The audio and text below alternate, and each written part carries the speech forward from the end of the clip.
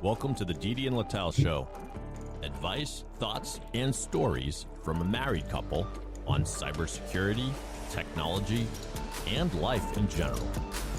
Now here are your hosts, Didi and Lital. Hello and welcome to the Didi and Lital Show. What's up, Didi? Bruins are up. They're not up. They're down, but they're still the best team in the league.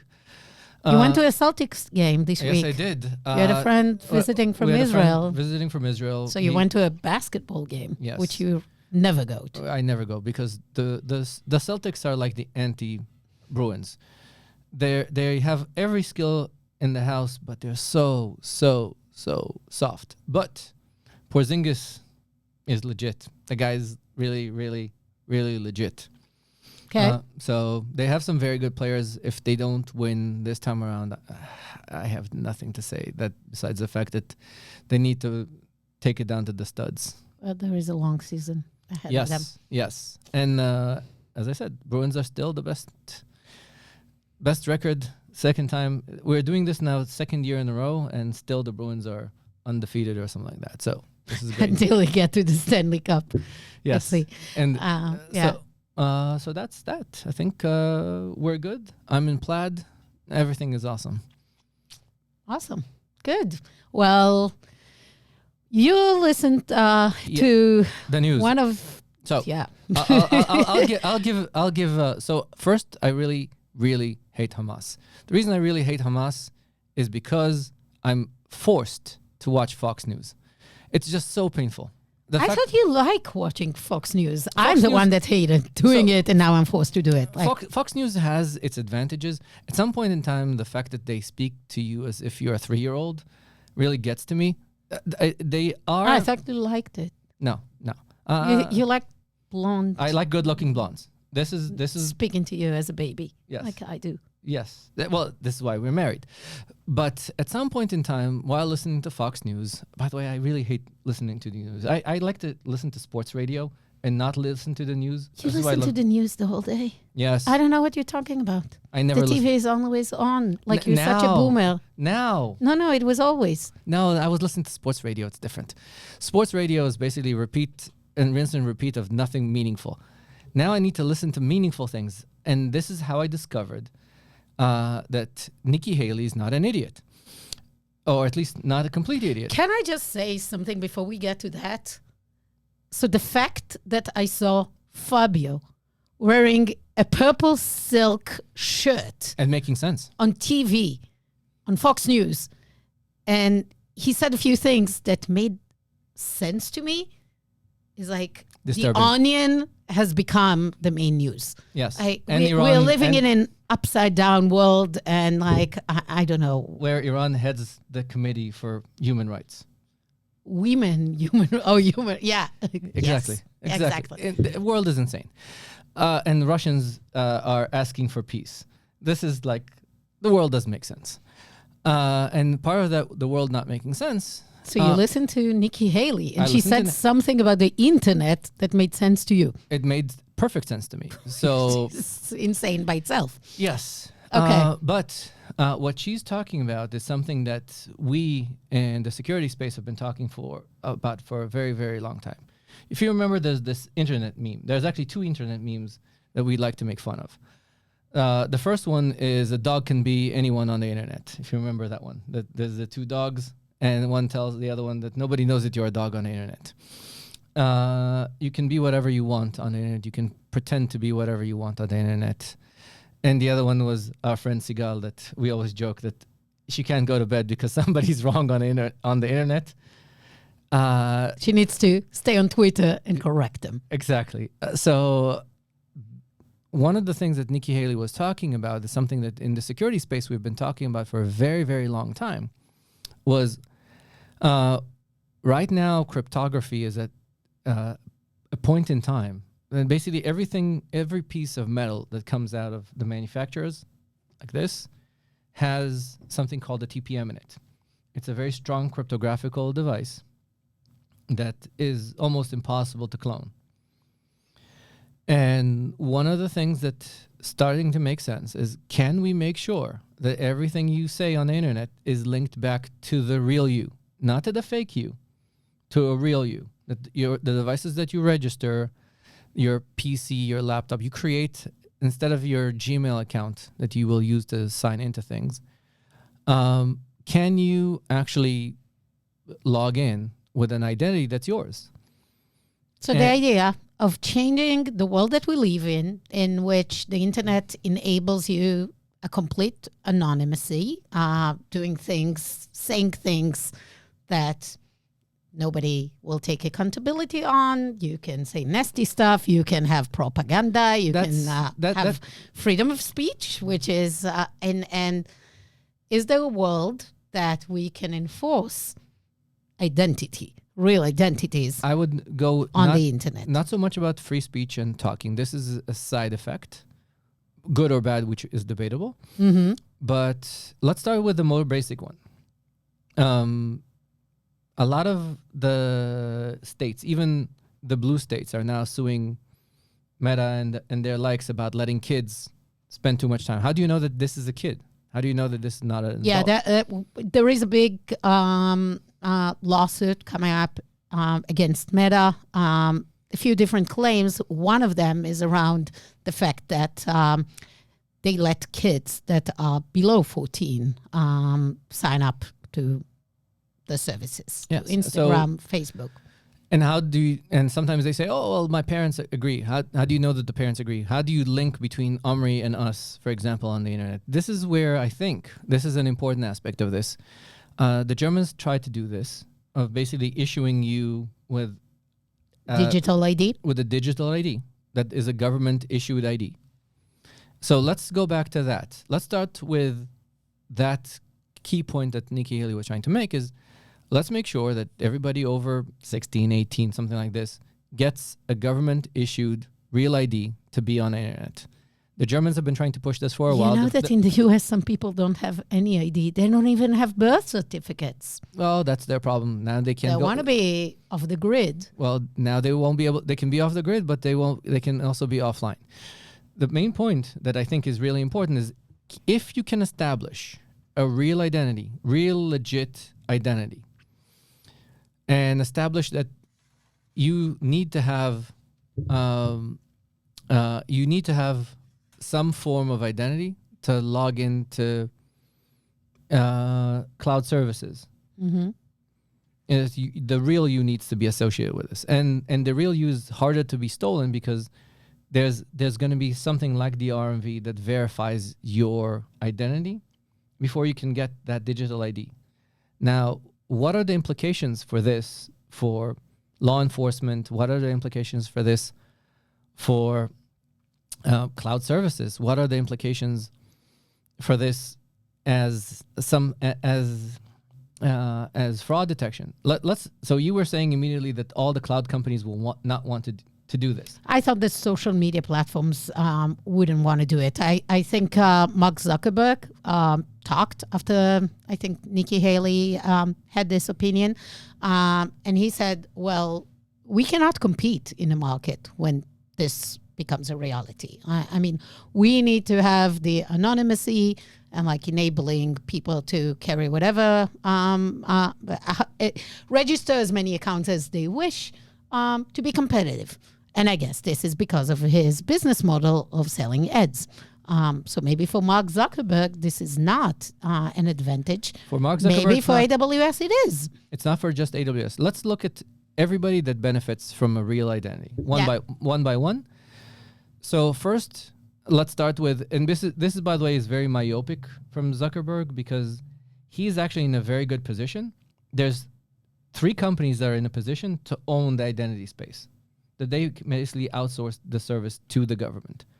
One is Zuckerberg, the other one is Google, and the third one is Microsoft. Maybe, by the way, I do believe that if Cisco wakes up, because Cisco owns a big chunk of the internet, they can also own identity. So these are the 4 that can actually own identity for real, a real identity for a real person. Now, who else benefits from this? Banks. One of the biggest problems that banks have to deal with is fraudulent accounts. Sure. If I actually know who you are, now the bank can actually do a whole bunch Can of help a lot with the anti-money laundering, anti-money know your laundering, customer programs. know your customer program. Each one of them is trying to figure out their own program. This will simplify it Yes. and enhance it. Everybody that sells on the internet, especially, by the way, and one of the things that it allows, if you create this identity broker concept, that concept of I am Google, I know that Lital is Lital, but let's say Lital wants to watch Pornhub. It can say, I don't, but maybe you do.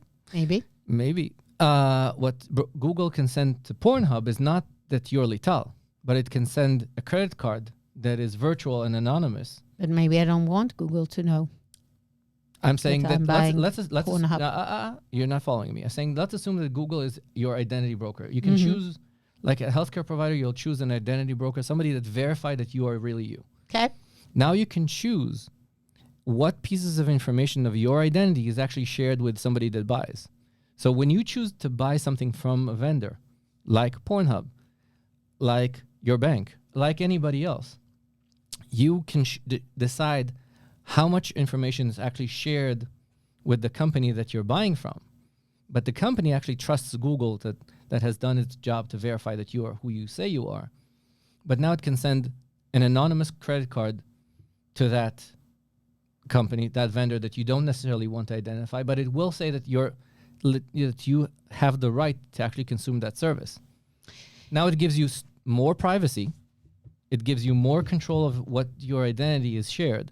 It gives you more control of your spending. It gives you better visibility. So right now, rather than create 1 million Netflix accounts that you never actually track on what you're paying for, now you have a central place that actually tracks all these things. So having a centralized identity that is secure and verified gives you the ability to control how you transact on the internet. It gives you the ability, it gives the vendors the ability to know that fraud has just significantly been reduced. It gives them also the ability to govern their services, to say, you know what, I can now offer a PG-13 service. I can offer an R-rated service. I can offer services that fit specific demographics because I have somebody that doesn't need to actually share with me sensitive information. It just needs to give me a checkbox to say, this person can consume your service. So on one hand, I think it makes so much sense because, when I get to a flight, and in the past, you could have gone on a flight with nobody checking who you are. Yep. That was the past. Nowadays, after a few terror attacks and other incidents and so, it was decided that on local flights, you need an ID to get on, and it needs to match the name on your flight ticket. So somebody decided you need to be the real you to fly. Somebody decided it needs to be the real you to drive a car. You're saying somebody needs to review that it's the real you to buy services on the internet and to do stuff on the internet. We're getting into this maturity of the internet that it needs to be regulated in a way that you have an identity, somebody checks your identity. Yes. How does it fit with, those that don't like regulation? They don't want the government to control it, and even will be worried that you'll have 4 big companies owning identities, like you just said. It's going to be Meta or Google or whomever, that now we're going to be identity brokerage, and they have the power, they have the knowledge, they will be breached to get the identity out of them and whatever. This is where you need to understand that right now, if Google and Microsoft get breached, and right now everybody's nipping at their heels in the periphery. If somebody actually pops Microsoft or Google, we're so fucked that it's not even a joke. So this is where the government needs to regulate this and actually make sure that those are really regulated and controlled.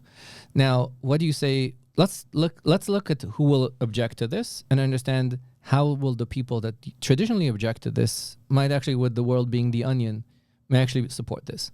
So the biggest person that will be against this is the Russians. They have a shitload of money coming to them from idiot Americans that get popped. This is like, it's an industry in Russia. Oh, this and the bots industry. Exactly. Basically, So them sending the MAGA, QAnon conspiracy, then walk weird stuff on the internet. Between China and Russia, more likely than not, won't be very, very happy and will do the best they can to make sure that this doesn't happen. But the people that are traditionally against sharing their identity, and if they understand that this is something that pisses off Russia, they'll be standing with signs saying that they want to have this. Do you think they will understand that? Yeah, of course they will. This is a very simple message. This is why Trump and Nikki Haley are sharing that message, because it's a very simple message to understand. Trump wants Real ID to be on the internet? Of course he does. Because I'm surprised. No, Okay. because he understands that his biggest enemy is TikTok, which is the next company. I thought he was its biggest support. No, not really. So this is where I think the other companies that really don't want this to happen, it's the not Meta social media companies, TikTok and their likes, because TikTok is Chinese, so let's put it aside. I don't think Meta is supporting it. Meta should support this. If Zuckerberg needs Marissa Mayer to drive up to his house and tell him that he's an idiot, and that he needs to understand that this gives him back control of an asset that's non-depreciable. Because right now, a big chunk of identities in the US is already... Elon will not want it. Elon will not want it. For sure. Of course he won't want it. But let's put it this way. Eventually... He can stay with the bots. He can stay with the bots. But I don't think... If he thinks of SpaceX and Tesla as his main line of business, he would like people to have real IDs because he wants to give more car services. Yeah. If he wants more car services and autonomous driving, he'll eventually need real identities. So this unlocks a lot of controls and a lot of things, and it eliminates a lot of noise on the internet, like the bots. Because one of the things that a lot of the ad providers at some point will wake up and understand that they want real people. Because if you look at LinkedIn, one of the most powerful things on LinkedIn advertising is the fact that I know that this is you that looked at my ad, not a bot. I know who you are, and I can actually say, you know what, I don't want you to share that it's me, but at least share that this was a CISO at a company, a CMO at a company. Now this becomes a much more powerful tool, that real identity. And this is why... Yeah, I think Microsoft understands it why, very well. That's why they have this concept of verified ID in LinkedIn, because now it makes their ads... Yeah, it's interesting. LinkedIn now works with Clear. Yes. On linking IDs and real IDs with LinkedIn. Yes, because the more you'll eliminate the fake internet from the real internet, it will unlock the true potential of business on the internet. I think in the AI world, it will be even more important because with AI, the deep fake, all that's what we worry about, right? A lot of things we worry about, but the ability to distinguish between a real identity and an AI generated identity will be harder. So we need to have strong way to authenticate real identities and do whatever we could to identify the bots, the AI generated bots and everything else. Correct. Otherwise, we're going to be in a huge pile of mess, which we already are. Yes. Like the world is crazy because of the nonsense created by bots. And AI. So this is where I think this is part of being responsible AI should be real identity. So I can detect the difference and I can have that stream of information. So for example, if we want to make sure that our kids don't do their homework through ChatGPT, now a strong verified ID means that I put that into part of the transaction when I interact with a ChatGPT. And when I serve this to the teacher, it shows basically a history of that document and what part of that document was threaded with an AI marker. Well, it's like Omri supported you until now, and now you lost your son supporting you. Yes. I agree, but I think knowing that he can always take over your account to watch porn will bring him back to the fold. I thought it's so strong that he cannot hack it. Well, eventually inside your house, if somebody takes ownership of you, My real ID, that's not a strong enough well, ID. if somebody takes somebody breaks to my home and take my identity, but that's not a good one. there's I hope always, you have a way to there will be ways. secure that. There'll probably be some levels of biometrics that we will want to use. Mm-hmm. But I think that here's another piece that is actually very interlinked to that real identity. If you think of those identity brokers and some of the ability to do some level of discrimination, kind of some level of control between you and the services that you consume, it can revitalize some of the crypto business. Because at least the legitimate crypto business. The illegitimate crypto business actually will want to stay away from this, but the legitimate crypto business will actually get second win from this.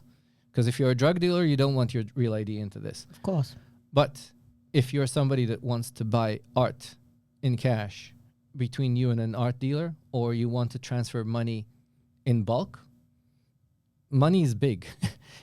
Getting cash out of banks is very problematic. So revitalize the crypto business, real IDs will actually help the crypto business. I guess blockchain can serve as part of the real ID, the tech. I don't want to dive into blockchain and blockchain headaches. But real How ID far are we from real this becoming a reality, and what needs to happen? a decision. Technologically speaking, we're way past this. There's a company called NameTag that does a really good job of real IDing you.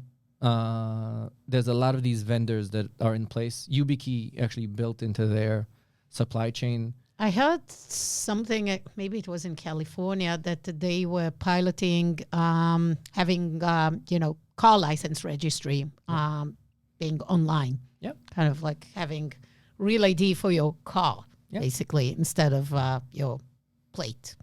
Yes. So I think this is where there's a lot of these companies out there that do identity verification. Mm-hmm. Clear, by the way, does that. I think if you link yourself to a real live vendor that does identity verification and transfers that verification into a set of an N of M, like your phone, your computer, a few of these devices, and gives you the ability to register those things, it's there. Microsoft and Google already have the infrastructure in place to provide consumer level education. And I think that if very much like you remember the blue check mark on Twitter a million years ago that is now useless. Of course, because now they just take money Yeah, and yeah. they give you the check mark. So think of if Google could actually give you that the Didi at Gmail is a real Didi with an address and real credit cards. Now I'm opening up a whole bunch of things automatically, and that's possible because Google is already in links. So should it be driven by the market itself, like Google, Amazon, e-commerce platforms, banks requiring that, or does it have to come from the regulator? It has to come from the regulator. What are the chances this will happen? Because how much do they even know about it? And it's like letting people in the House and Senate understanding technology. So we need to get out of the gerontocracy.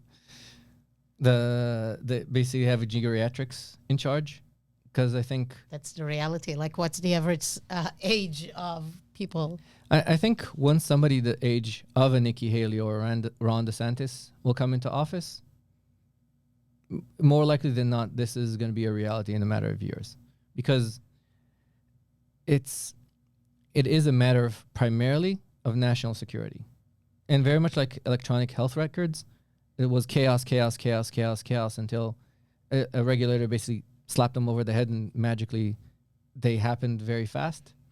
I wouldn't say EMRs are magically. No, but That's they fine. made a huge leap while we were here, from nothing to epic everywhere by a slap of the regulator.